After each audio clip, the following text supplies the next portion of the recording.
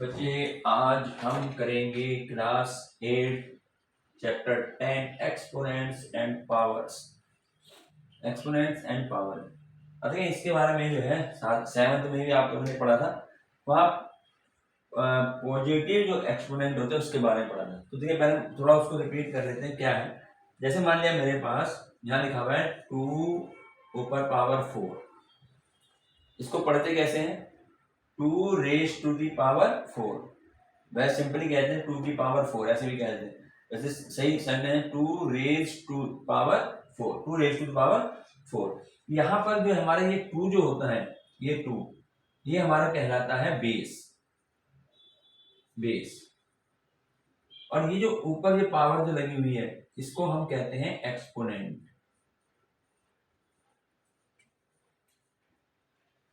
जो पावर होती है भाई इसको हम एक्सपोनेंट कहते हैं और ये हमारा बेस कहलाता है।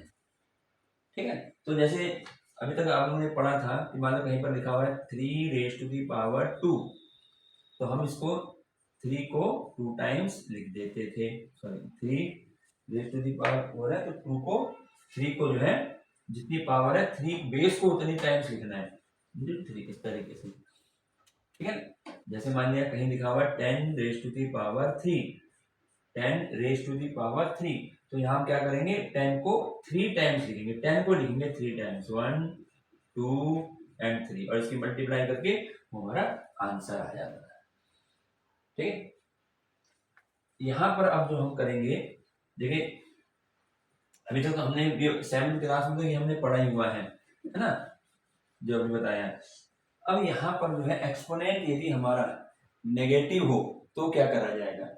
जैसे मान लिया मैं यहाँ लिख देता हूँ 2 रेज टू दी पावर -3, ये लिख दिया 2 रेज टू दी पावर -3। अगर हमारा एक्सपोनेंट जो है वो यदि माइनस में आ जाता है तो हम उसे कैसे लिखेंगे ये समझ लो। इसमें क्या करते हैं बच्चे, हम जो पावर है ना ये पावर को पॉजिटिव बनाने के लिए इसको अपॉन में ले जाते हैं। 2 रेज टू दी पावर ऐसे बन जाता है -3 equal 1/2 raise to the power 3। तो ये नेगेटिव जो पावर है, क्योंकि 7th में जो आप लोगों ने पढ़ा था वो एक्सपोनेंट हमारा पॉजिटिव का पढ़ा है, यहाँ पर नेगेटिव आ जाएगा। तो नेगेटिव के लिए क्या करना है कि इसका हम रेसिप्रोकल कर देंगे। इसको सिंपल सी बात है, और रेसिप्रोकल करते ही ये जो है पावर जो है वो पॉजिटिव हो जाएगी। ठीक है, इसी तरीके से ऐसे इसका रिवर्स भी होगा। अगर मान लीजिए मुझे दे रखा है 1/3 की पावर -4 ये दिया हुआ है, और मुझे इसको इसके ये एक्सपोनेंट जो है पॉजिटिव बनाना है, तो मैं क्या लिखूंगा इसको, ये हमारा ये ऊपर आ जाएगा 3 की पावर ये पॉजिटिव बन जाएगा। तो यानी अगर हम जो भी हमें दे रखा है एक्सपोनेंट जो पावर हमें माइनस में दे रखी है, तो हम क्या करेंगे उसका रेसिप्रोकल लिख दो, उल्टा करके लिख दो उसको जो है। और ऐसे ही अगर 1/में है तो ये न्यूमरेटर में पहुंच जाएगा और ये हमारा माइनस जो है वो प्लस बन जाता है। ठीक है, इसी तरीके से देखो यही चीज में मेन तुम्हारी समझने की है नेगेटिव वाले के लिए। इसी प्रकार से अभी मैं इसके लॉ बताऊंगा, लॉ जो है क्या क्या होते हैं, पहले इसको समझने नेगेटिव वाले के लिए। मान लिया मेरे पास लिखा हुआ है 2/3 रेज टू दी पावर -4, ये लिखा हुआ है 2/3 रेज टू दी पावर -4। ठीक है, तो हम क्या करेंगे इसको हम डायरेक्ट हम इसको ऐसे लिख सकते हैं। कैसे लिखेंगे, माइनस में है ना, माइनस को पॉजिटिव बनाने के लिए मैं क्या करूंगा इसके जो है दोनों का रेसिप्रोकल लिख दूंगा। रेसिप्रोकल मतलब जैसे यहाँ ये क्या हो सकता है 2 की पावर -4/3 की पावर -4।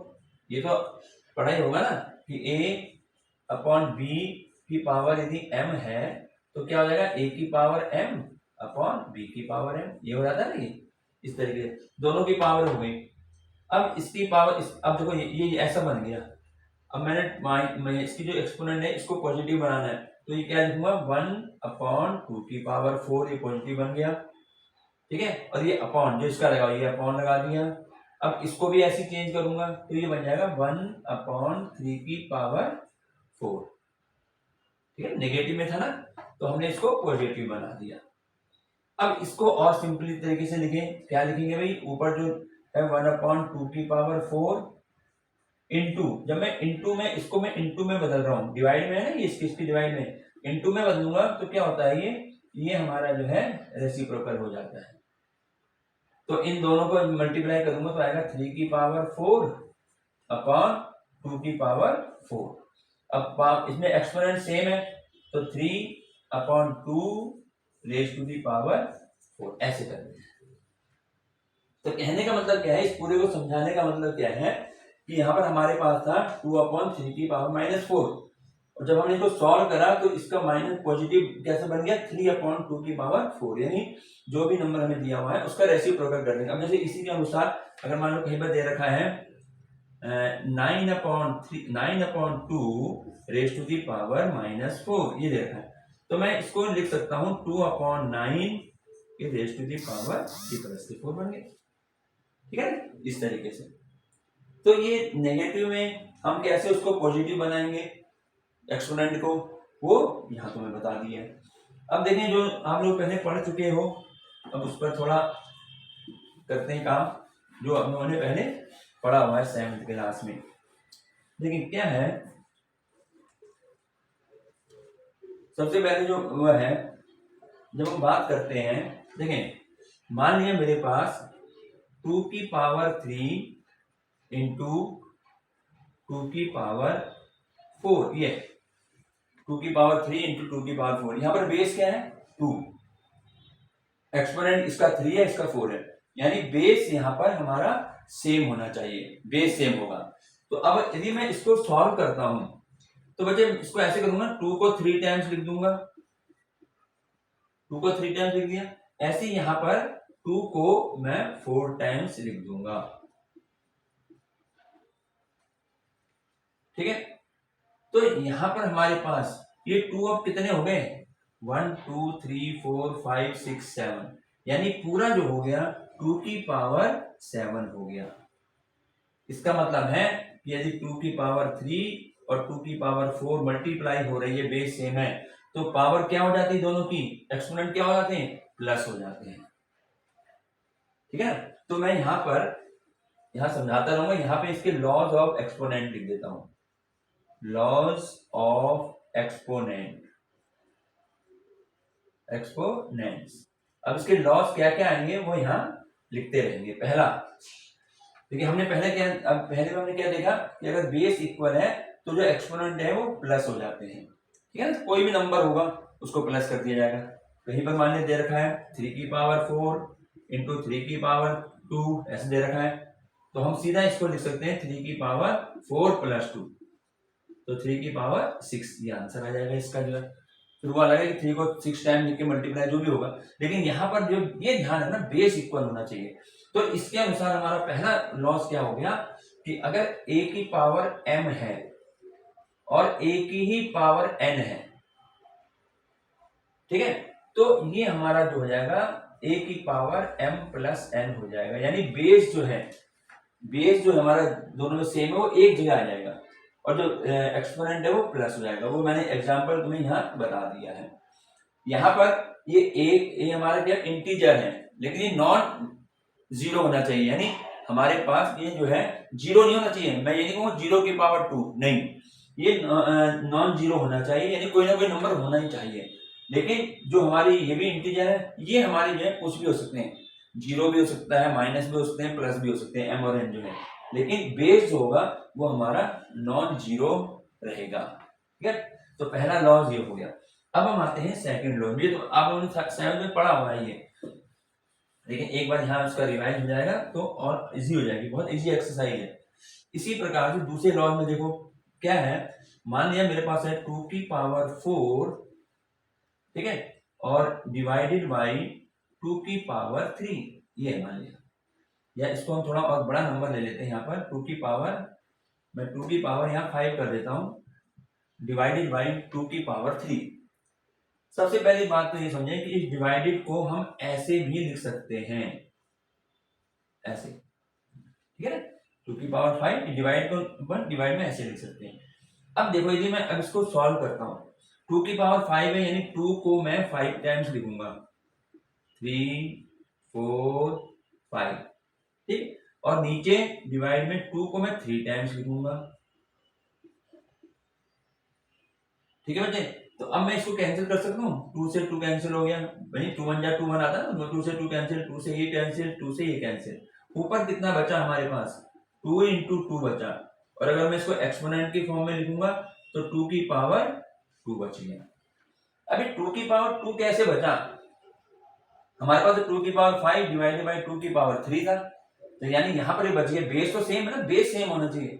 बेस सेम होने में यहाँ पावर आ गया 2, इसका मतलब है जो एक्सपोनेंट है ये माइनस हो गए, है ना।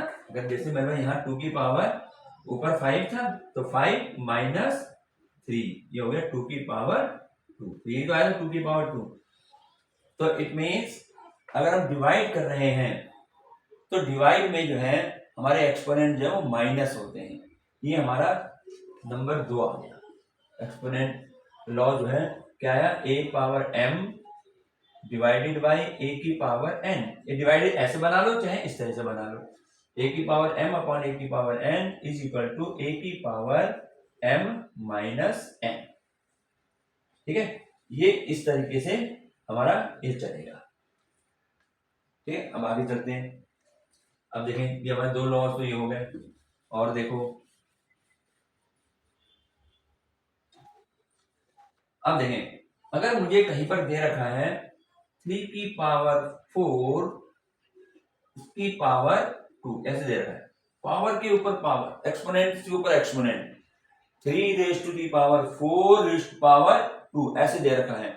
तो बच्चे इस केस में हमेशा ये जो एक्सपोनेंट है इनकी आपस में मल्टीप्लाई होती है। ठीक है, इनकी आपस में मल्टीप्लाई होगी, तो ये क्या बन जाएगा 3 की पावर 8। समझ आ रहा ना, 3 की पावर 8 ये मल्टीप्लाई हो जाती है। तो यहां पर हमारे पास अगर पावर के ऊपर पावर है, ऐसे समझ लो इसको, पावर के ऊपर पावर है तो हमारे पास इन दोनों पावरों की मल्टीप्लाई हो जाएगी। ठीक है, तो इस तरीके से ये अगर मान लो इसको वैसे समझाना चाहें कैसे आ गया 3 की पावर 8, तो ये 3 की पावर 4 है, तो 3 की पावर 4 का मतलब है 3 को 4 टाइम्स लिख दो, और इसकी पावर 2 है, यानी इसी को फिर पावर 2 का मतलब क्या होता है, मान लो कहीं पर लिखा हुआ है 4 की पावर 2, इसका मतलब क्या, 4 को 2 टाइम्स लिख दो, ये तो मतलब होता है। तो यहाँ पर इस पूरे की पावर 2 है तो मैं इस पूरे को 2 बार लिख दूंगा, जैसे एक बार तो ये 1 2 3 4 ये लिख दिया है, एक बार और ये लिख देंगे 1 2 3 4 ऐसे। तो अभी कितने हो गए 1 2 3 4 5 6 7 8, यानी 3 की पावर 8 हो गए। तो तुम्हें तो ये समझना है कि पावर के ऊपर पावर है तो हमारे पास उन एक्सपोनेंट को कह दो या पावर कह दो इसको, ये हमारा मल्टीप्लाई होती है। तो हमारे पास थर्ड लॉ जो आया वो क्या आया कि a की पावर m और इसकी पावर n हो, तो बच्चे ये a की पावर m मल्टीप्लाई n हो जाता है। ये लॉ याद रखने, 7th वाले लॉ है। ठीक है, तो यहां पर ये थर्ड लॉ आ गया। और देखें इसके बाद नेक्स्ट लॉ में चलते हैं।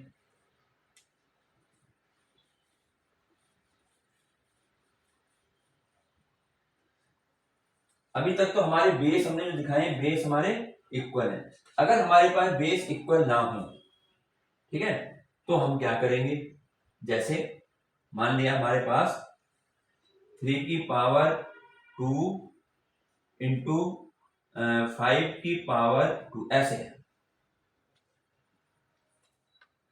अब यहां पर क्या है कि यहां पर बेस हमारे इक्वल नहीं है लेकिन एक्सपोनेंट इक्वल है।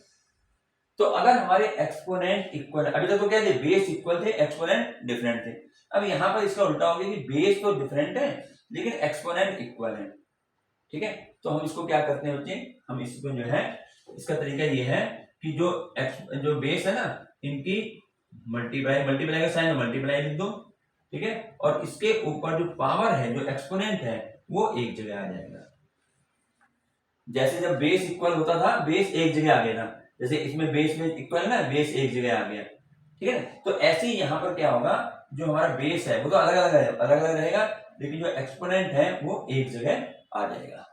तो ये इस प्रकार से हम इसको मल्टीप्लाई करके उसकी पावर 2 कर देंगे। ठीक है, तो यानी अगर बेस हमारा डिफरेंट है तो उन दोनों का मल्टीप्लाई बेसों की करके पावर हमारी एक जगह आ जाती है।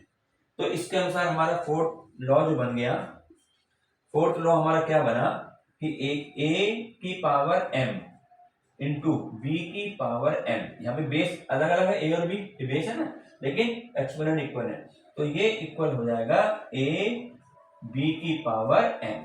ए बी का मतलब ए इंटू बी, ए इंटू बी, तो ये ए इंटू बी की पावर एम, यानी बेस जो हमारा डिफरेंस है वो एक जगह मल्टीप्लाई हो जाएगी और पावर में हमारा ये एम आ जाएगा। ठीक है, इसी प्रकार से देखो ये, इसी प्रकार से नेक्स्ट देखो क्या होगा, इसमें मल्टीप्लाई का मान लो डिवाइड में ऐसा हो जैसे a की पावर m, अब मैं इसको चाहे ऐसे लिख लूं, तो इसमें बेस अलग अलग होगा ना, a की power m divided by b की पावर m, एक्सपोनेंट सेम है, तो इसको ऐसे लिख लो, चाहे मैं इसको ऐसे लिख लूं, है ना, डिवाइड को ऐसे लिख लें, सेम है, बात सेम है दोनों की। तो अगर इस तरीके से आ जाता है तो यहाँ पर भी क्या होगा, जैसे यहाँ पर मल्टीप्लाई था तो हमने इनको मल्टीप्लाई में लिख दिया, अब यहाँ पर भी डिवाइड में है लेकिन हमारा एक्सपोनेंट सेम है, तो मैं इसको डिवाइड में लिख दूंगा, a upon B power m, ठीक है ना भाई। अगर मान लिया यहाँ लिखा हुआ 3 की पावर 2 अपॉन 8 की पावर 2, ऐसे लिखा हुआ है, ठीक है, इसमें क्या है, एक्सपोनेंट हमारे इक्वल है लेकिन बेस अलग अलग है, तो ये बन जाएगा 3 अपॉन 8 और इस पूरे की पावर 2 आ जाएगा, ठीक है। तो मल्टीप्लाई के लिए भी ये है, डिवाइड के लिए भी, तो हमारा ए फिफ्थ लॉस क्या बन गया कि a की पावर m अपॉन b की power m is equal to a upon b raise to the power m, ठीक है बेटे, यहां तक भी आ गया। अब हम एक चीज और बता देते हैं, ये जो सब सेवंथ वाला है इसमें कहीं नेगेटिव हमारी एक्सपोनेंट नहीं है। अच्छा, एक बात और ध्यान रखना है कि ये इसका इनवर्स रिवर्स भी हो जाता है, जैसे मान लिया ये लिखा हुआ है ए बी की पावर एम, मान लो कहीं पर लिखा हुआ है ए बी की पावर एम, या मैं यहाँ पे एग्जाम्पल से बता देता हूँ, जैसे मान लिया लिखा हुआ है 2 इंटू 3 की पावर 4, ये लिखा हुआ मान लिया, ठीक है ना, तो ये किस फॉर्म में लिखा हुआ है, ये इस फॉर्म में लिखा हुआ है, तो मैं इसको अलग अलग लिख दूंगा, 2 की पावर 4 इंटू 3 की पावर ऐसे लिखा जाएगा। अभी इससे पहले मैंने नेगेटिव का बताया था ना 2 अपॉन 3 की पावर -4 है मान लिया, तो इन दोनों का अलग अलग 2 की पावर -4 3 की पावर -4, ऐसे जैसे मल्टीप्लाई में है ऐसे ही डिवाइड में है, अगर ये दे रखा है तो ये इसके इक्वल होगा और ये दे रखा है तो ये इसके इक्वल होगा, सिंपल सी बात। जैसे डिवाइड में ये इसी को देख लो, डिवाइड में ये था ना हमारा 2 अपॉन 3 के -4 है, ये इस फॉर्म में लिखा हुआ है, यहाँ तो प्लस ही प्लस लगाते हैं पहले हम, ठीक है, तो 2 अपॉन 3 के बाद 4 है, तो क्या करेंगे अलग अलग पावर हो जाएंगे, a की पावर m b की पावर m, ऐसे 2 की पावर 4 3 की पावर 4, ये आगे यहाँ पर इस तरीके से। तो इस तरीके से हमारे पास में इनका ये नहीं कि हमें ऐसे दियो तो हम लिख लेंगे, अगर ये चीज दे रखी तो हम इसको इधर भी लिख सकते हैं। आगे देखें, इसके बाद फिर हम आगे नेगेटिव वाले में चलेंगे, ठीक है ना, इसके बाद नेगेटिव वाले में चलेंगे, क्योंकि पहले इसको पूरा कर लेते हैं, तो और क्या रहेंगे, ठीक है। अब देखिए, अब एक और मैं बताता हूं, मान लो कहीं पर लिखा हुआ है 10 की पावर 0, 10 की पावर 0, इसकी वैल्यू कितनी होगी बच्चे, किसी की भी पावर 0 हो उसकी वैल्यू 1 होगी, चाहे वो 2 की पावर 0 हो, 5 की पावर 0 हो, 100 की पावर 0 हो, a की पावर 0 हो, तो उसकी वैल्यू हमेशा 1 होगी, ठीक है। अब क्यों होगी देखो एक समझा रहा हूं, मान लिया मेरे को दे रखा है 10 अपॉन 10, 10 अपॉन 10 दे रखा है, एक बात और ध्यान रखना, अगर एक्सपोनेंट यहाँ कुछ नहीं लिखा हुआ है तो ये 1 होता है, कभी भी ऐसे नहीं लिखा जाएगा कि 10 की पावर 1, ऐसे नहीं लिखा जाएगा, अगर 10 की पावर कुछ नहीं लिखा हुआ है इट मींस ये 10 की पावर 1 ही है, ठीक है ना। तो यहाँ पर जो 10 लिखा हुआ है, अगर मैं इसको डिवाइड करूं तो डिवाइड करके कितना आएगा, 1 ही तो आएगा, और अगर मैं इसको एक्सपोनेंट की फॉर्म में लिखूं तो बच्चा मैंने बताया ना ये 10 की पावर 1 है, ये भी 10 की पावर 1 है, अभी हमारे डिवाइड में है, डिवाइड में हमने यहाँ पढ़ा ये रहा, डिवाइड में एक्सपोनेंट क्या होते हैं, माइनस हो जाते हैं, जब बेस इक्वल है, बेस हमारा 10 10 है तो अगर मैं इसको ऊपर ले जाऊंगा तो ये जाएगा 10 की पावर 1 माइनस 1, एक्सपोनेंट माइनस हो गए तो ये 10 की पावर 0 आ गया।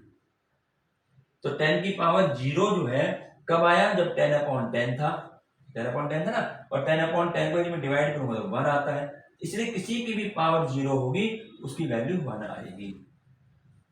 ठीक, इसको भी यहां लिख लेते हैं, एक 6 नंबर हम डाल देते हैं, क्या होगा, a की power 0 is equal to 1, a की पावर 0 इज इक्वल टू 1। तो ये हमारे पास लॉज एक्सपोनेंट है जो हमारे पॉजिटिव के लिए थे। अब कुछ हम नेगेटिव के लिए बता देते हैं, जब एक्सपोनेंट नेगेटिव होता है। ठीक है, तो देखिए इसको, तो अभी मैंने कुछ तो बताया था कि जैसे मान लिया 10 की पावर -3 है, ठीक है, 10 की पावर -3 है, शुरू में बता दिया। वैसे 10 की पावर -3 को मैं इसको पॉजिटिव बनाना चाहूंगा तो इसका मैं रेसिप्रोकल कर दूंगा, तो ये 10 की पावर 3 बन जाता है। या इसी तरीके से अगर मेरे पास अपॉन में 10 की पावर -3 है तो मैं इसका रेसिप्रोकल करूंगा तो ऊपर आ जाएगा 10 की पावर 3 हो जाएगा, रेसिप्रोकल कर देना है उसका। तो जो नेगेटिव जो नंबर होगा, जो एक्सपोनेंट होगा वो पॉजिटिव बन जाता है। ठीक है ना, जैसे मान लीजिए कहीं लिखा हुआ है 2 की पावर 4, ठीक है, इंटू 2 की पावर, यहाँ रहेगा 2 की पावर 4 2 की पावर -3 मान लो 6, 2 की पावर 5 मान लिया इसको, 2 की पावर 4 इंटू 2 की पावर -5। अब मैं इसको जब सॉल्व करूंगा, अब मुझे कहीं यहाँ पर बेस हमारा सेम है, तो जब बेस सेम होता है मल्टीप्लाई हो रही है, तो पहला हमारा नियम, बेस सेम है मल्टीप्लाई होती है, मल्टी पावर क्या होती है, ऐड हो जाती है। तो हमें ये ध्यान रखना है, मल्टीप्लाई में पावर ऐड होंगी, ठीक है, डिवाइड में पावर माइनस होंगी, ये चीज इस तरीके से। तो इसको जब मैं सॉल्व करूंगा तो आएगा 2 की पावर 4, ये माइनस हो जाएगा, है ना, प्लस की जगह माइनस, तो ये आएगा 2 की पावर -1 आ गया। अब मुझे इसको पॉजिटिव बनाना है, तो पॉजिटिव बनाने के लिए मैं क्या करूंगा, इसको नीचे ले जाऊंगा, बस ये हमारा पॉजिटिव हो जाता है। ठीक है ना, यहाँ पर हमें इसी चीज का ध्यान रखना है। तो एक नियम और बन जाता है, उसको हम यहाँ लिखते हैं, ये माइनस वाले के लिए है ये, बाकी तो क्वेश्चन तो वैसे ही करने जैसे हम करते आए। तो अगर मान लीजिए 7 हमारा नियम क्या बन गया कि a की पावर -m है, तो ये क्या बन जाएगा 1/a की पावर m। ठीक है, ऐसे, या इसको एक और तरीका भी इसको हम बना सकते हैं कि अगर हमारे पास a की पावर -m ऐसे दे रखा है अपॉन में, तो ये यहाँ जाकर के पॉजिटिव बन जाएगा, यानी ऐसे।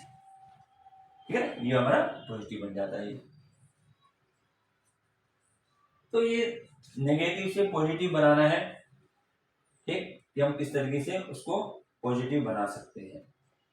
तो ऐसे हमें उसको नेगेटिव से पॉजिटिव बनाना है। तो एक्सपोनेंट जो है, बाकी नियम तो वही है जो तुम 7 में पढ़ चुके हो, उसी तरीके से क्वेश्चन को सॉल्व करना है। बस यहाँ पर जहाँ नेगेटिव आ जाएगा उसको हमें जो है पॉजिटिव में कन्वर्ट कर देना है। ये हमारा जो नेगेटिव वाला पोर्शन था वो हमने यहाँ ये कर दिया। ठीक है, तो बहुत ध्यान रखना है, ध्यान बहुत रखना है इसमें, नेगेटिव वाले में। मान लो कहीं पर लिखा हुआ है 3 की पावर 2 प्लस 4 की पावर -3, ऐसे लिखा, इसको सॉल्व करो।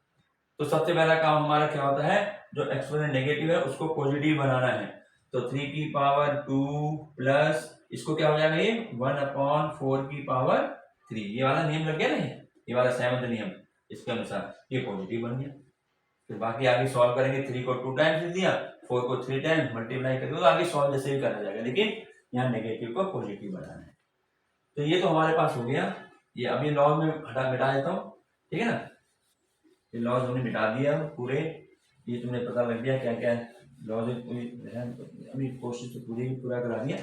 चलिए, इसके बाद जो है अब हम क्या करेंगे, अब स्टैंडर्ड फॉर्म लिखना है हमें। ठीक है, जो भी हमें नंबर दे रखे हैं, नंबरों को स्टैंडर्ड फॉर्म में लिखना है।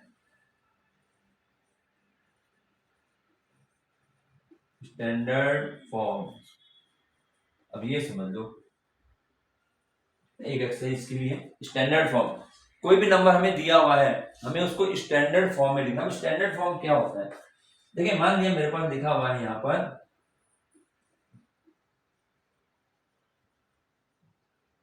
ऐसे लिखा हुआ है, ठीक है, 20 लाख लिखा हुआ है ऐसे। अब मुझे इसको स्टैंडर्ड फॉर्म में लिखना है। स्टैंडर्ड फॉर्म में बच्चे एक तो हमेशा 10 टू दी पावर आएगी, 10 की पावर में लिखा जाएगा, पहली बात। तो जैसे यहां पर है तो मैं इसको क्या ऐसे लिख सकता हूँ, 2 इंटू ये कितने जीरो है, 1 2 3 4 5 6, 1 2 3 4 5 ऐसे लिख सकते हैं इसको। 2 से मल्टीप्लाई करके यही तो आ जाएगा, है ना?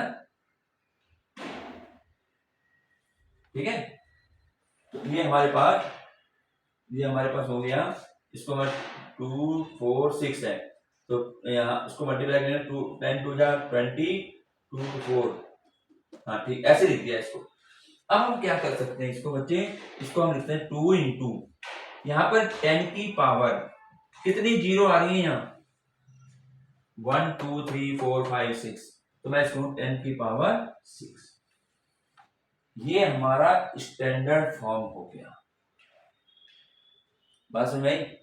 तो जहां पर भी हमें स्टैंडर्ड फॉर्म में लिखना होगा वो हम उसको इस तरीके से लिखेंगे।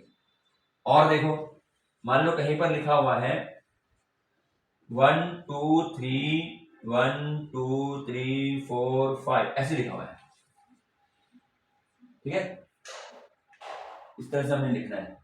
तो अब क्या करेंगे, इसको जो है स्टैंडर्ड फॉर्म में हमने लिखना है, तो ये हो जाएगा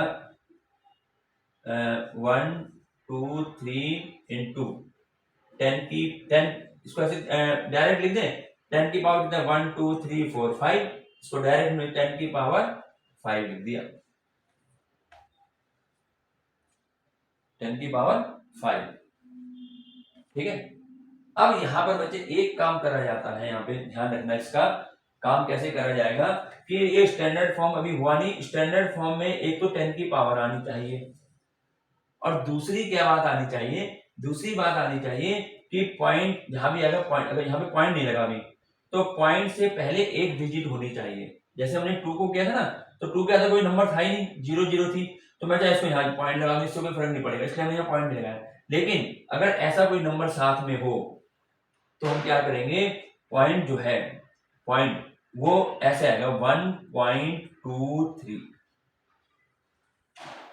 1.23, यानी पॉइंट से पहले एक डिजिट होना चाहिए, ठीक, ये हो जाएगा 1.23। अब हमने 1.23 तो उसको कर दिया, ठीक है, लेकिन क्या किया इसको हमने, पॉइंट हमारे पास यहाँ पर है पॉइंट, जब हमने सभी हटा दिया तो पॉइंट यहाँ है, पॉइंट यहां से करके इधर आ गया, पॉइंट जो भाई यहां मान लो ना, हमने क्या किया, यहां से उठा के यहां ले आए पॉइंट को, यानी 2 डिजिट ये और आगे आ गया, 2 डिजिट ये हमारे आगे आ गया। तो दो डिजिट आगे कब आता है ये, जैसे मान लिया 1 2 3 है, ठीक है, अगर मैं इसको मैं 100 से डिवाइड कर दूं, इसको मैं 100 से डिवाइड करूं तो कितना आएगा, 1.23, ये तो आएगा, 100 से मैं इसको डिवाइड करूं 1.23 आ गया। अब ये 100 है, 100 को मैं ऐसे भी लिख सकता हूं 10 की पावर 2, 10 की पावर 2 लिख दिया इसको से, और अब मैं इसको मैं ऊपर ला रहा हूं 10 की, तो ये जाएगा 1 2 3 इंटू 10 की पावर -2, ऐसा हो जाएगा, पॉजिटिव है ना, ये ऊपर आके माइनस हो गया। तो इसका मतलब यहां पर जो है हमारे पास, यहां पर क्या आना चाहिए, ये 1.23 करा तो यहाँ पर होगा इंटू 10 की पावर -2, ये तो इसके लिए आगे क्योंकि 2 डिजिट आगे आया है तो -2 कर दिया, ठीक है ना, और इंटू 10 की पावर 5 कर दिया। नहीं यहाँ गलत हो गया, ये 10 2 डिजिट इधर आया तो प्लस में बनेगा, ठीक है, 10 की पावर 2, ठीक है ना, 100 हो जाएगा ना, 100 को इसको मल्टीप्लाई करो तो यही तो आएगा 123, तो यानी हमने 2 डिजिट आगे लाए हैं, इसको यहाँ पे इसको जो है यहाँ तो डिवाइड कर दिया है, ये ऐसे नहीं चलेगा। यहाँ इसको हमने क्या करना है, ये हमारे पास 1.23 मैंने यहाँ पॉइंट लगा दिया है। पॉइंट लगाने का मतलब है कि मैंने इसको जो है 10 की पावर 2 से डिवाइड कर दिया है। तो जब डिवाइड कर दिया है तो मैं उसको मल्टीप्लाई भी करूंगा, जब भी तो क्वेश्चन हमारा सेम रहेगा। अगर मैंने डिवाइड कर दिया 123 को 10 से डिवाइड 100 से डिवाइड कर दिया तो क्वेश्चन ही बदल गया, क्वेश्चन तो आ गया 1.23 जबकि हमारा क्वेश्चन तो 123 है।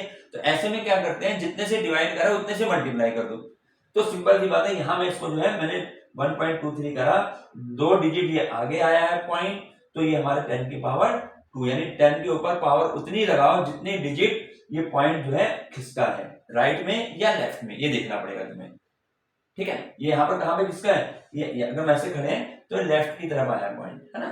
तो 10 की पावर 2 आ गई। तो अब 10 की पावर कितने हो गए, 1.23 मल्टीप्लाई 10 की पावर। अब देखो ये दोनों बेस सेम है और इनकी मल्टीप्लाई हो रही है, तो मल्टीप्लाई में एक्सपोनेंट क्या होते हैं, प्लस हो जाते हैं। तो 10 की पावर 7, ठीक है ना। तो ऐसे देखना पड़ेगा, ये हमारा स्टैंडर्ड फॉर्म हुआ इसका।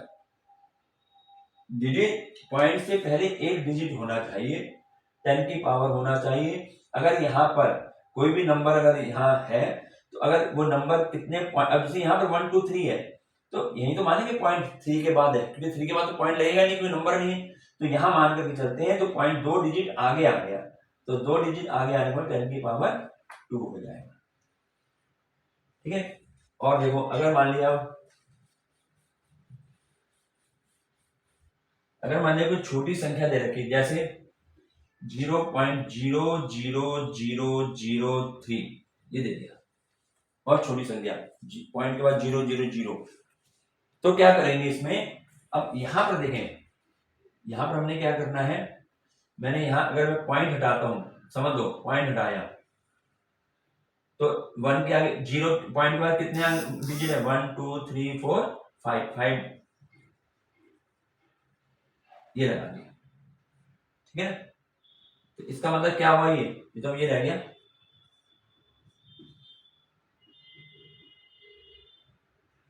ये रह गया। या इसको मैं अगर ऐसे लिखता हूं 10 की पावर 5, ठीक है ना, 10 की पावर 5। अब इस 10 की पावर 5 को मैं ऊपर ले जाऊं, अब देखो फिर वही बात आएगी, ये पॉजिटिव एक्सपोनेंट है, इसको मैं न्यूमरेटर में ले जा रहा हूं तो क्या बन जाएगा, ये -5 बन जाएगा। यानी ये जो नंबर है, इस नंबर को जो ये था ना 0.00003 था, अगर मैं इसको स्टैंडर्ड फॉर्म में लिखूंगा, सबसे पहले स्टैंडर्ड फॉर्म का मतलब मैं कई बार फिर समझ लो एक बार, स्टैंडर्ड फॉर्म का मतलब है कि पॉइंट से पहले जो है एक डिजिट होना चाहिए, वो भी non negative, not zero, zero नहीं होना चाहिए, जीरो के अलावा कोई नंबर होना चाहिए। तो ये पॉइंट से अगर जीरो है तो मुझे ये हमें स्टैंडर्ड फॉर्म बनाना चाहिए, जीरो यहां से यहां आएगा इसके पीछे, जब तो ये पॉइंट यहां पे लग के एक डिजिट पहले एक आ गया, है ना। तो ये हमने करा है, तो इसको मैं लिखूंगा 3 इंटू 10 की पावर -5, ये हमारा स्टैंडर्ड फॉर्म होगा। ठीक है ना, फिर समझ लो स्टैंडर्ड फॉर्म में दो चीजें आ रही हैं। सबसे पहली बात तो यह है कि पॉइंट से पहले एक डिजिट होना चाहिए, वो भी नॉन जीरो, जीरो नहीं होना चाहिए, कोई नंबर होना जीरो के अलावा, पॉइंट से पहले एक नंबर होना चाहिए और उसके साथ मल्टीप्लाई 10 की पावर होनी चाहिए। ये दो बातें ध्यान रखनी है स्टैंडर्ड फॉर्म में लिखने के लिए, एक क्वेश्चन आ जाता है स्टैंडर्ड फॉर्म में लिखिए, तो ये दो बातें। और देखो मैं एक और बता देता हूँ अगर समझ में नहीं आया, जैसे मान लिया लिखा हुआ 0.000000137 ये लिखा हुआ मान लिया, ठीक है, ये लिखा हुआ। अब क्या करेंगे, अब देखें मैं इसको पॉइंट हटा रहा हूं, 1 2 1 लिख करके 1 2 3 4 5, अब कहां पर पॉइंट आना चाहिए, पॉइंट यहां था, पॉइंट कहां पे आना चाहिए, यहां आना चाहिए, है ना, पॉइंट से पहले एक नंबर 1 होना चाहिए। तो ये 1 2 3 4 5 6 डिजिट जो है ये जीरो पॉइंट आगे जाएगा, तो मैं यहां पर 1 2 3 4 5 6 जीरो लगा दिया। तो अब मेरा क्वेश्चन क्या बन गया, जो ये क्वेश्चन था, ये पॉइंट सब खत्म हो गया, जब पॉइंट हटा दिया 0 0 0 पहले कोई वैल्यू होती नहीं, तो ये हमारा बन गया 1.37 अपॉन में, अब यहाँ डायरेक्ट लिखता हूँ 10 की पावर कितना है कितने जीरो आ रही है 1 2 3 4 5 6 10 की पावर 6। तो ये हमारा बन जाएगा 1.37 इंटू 10 टू दी पावर अभी ऊपर पहुंचेगा तो -6 हो गई। ये हमारा अभी स्टैंडर्ड फॉर्म हो गया। पॉइंट से पहले एक नंबर भी आ गया, 10 की पावर भी आ गई, ये हमारा स्टैंडर्ड फॉर्म है। तो बच्चे अब एग्जाम में मान लो आता तो वहां करके ध्यान हमें आंसर लिखना है, वहां पे क्या है समझ आ गया ना। तो अगर मान लीजिए छोटा नंबर है 0.00 ऐसे आ रहा है तो वहां पर माइनस में आएगा।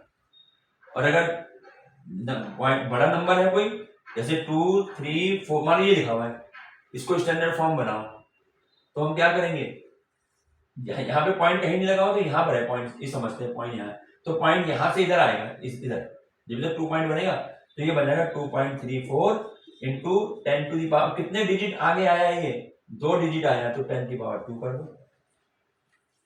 सिंपल, ठीक है ना।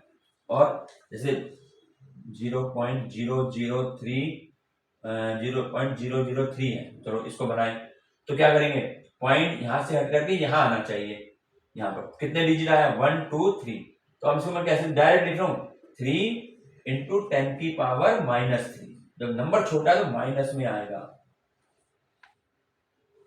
तो एक चीज जो हम नॉर्मली समझाते हैं कि कैसे पॉइंट कहाँ आएगा, तो एक चीज को समझ लो, अगर पॉइंट आपका राइट की तरफ जा रहा है तो ऐसे समझ लो इसको, वैसे बता रहा हूं तुम्हें समझना कि अगर हमारा पॉइंट जो है वो राइट की तरफ गया पॉइंट तो वो 10 की पावर माइनस में आएगा। अगर पॉइंट जैसे यहाँ पॉइंट था, ये पॉइंट हमारे राइट की तरफ गया ना, राइट की तरफ कितने डिजिट गया 1 2 3 4 5 6 डिजिट, हम 10 की पावर -6 आ गए। और अगर ये लेफ्ट की तरफ आता है, मैं पॉइंट की बात कर रहा हूँ, ये पॉइंट जो लगता है अगर ये लेफ्ट की तरफ आता है तो बच्चे 10 की पावर पॉजिटिव में आएगा, बस ये समझ लो। स्टैंडर्ड फॉर्म लिखने के लिए ये दो बातें समझ लो, वैसे तो ऐसे ही लिखना है, पर ये बता रहा हूँ कि कैसे इसको याद रखा जा सकता है कि अगर हमारे पास पॉइंट जो है वो लेफ्ट की राइट की तरफ जा रहा है, मूव कर रहा है, जैसे यहाँ पे पॉइंट था हम इसको यहाँ लाए ना तो ये राइट की तरफ आया तो इसमें 10 की पावर माइनस में आएगा, जितने डिजिट आगे गया उतनी पावर आ जाती। और अगर मान लीजिए यहाँ पर था, यहाँ पे है पॉइंट तो ये आया राइट लेफ्ट की तरफ, इधर से इधर को आया लेफ्ट की तरफ तो ये प्लस में आया। तो ये हमारा जो था ये एक्सपोनेंट हमारा इंट्रोडक्शन पोर्शन था, लिखा नहीं है, लिखते हैं इंट्रोडक्शन, ये इंट्रोडक्शन पार्ट इसका समाप्त।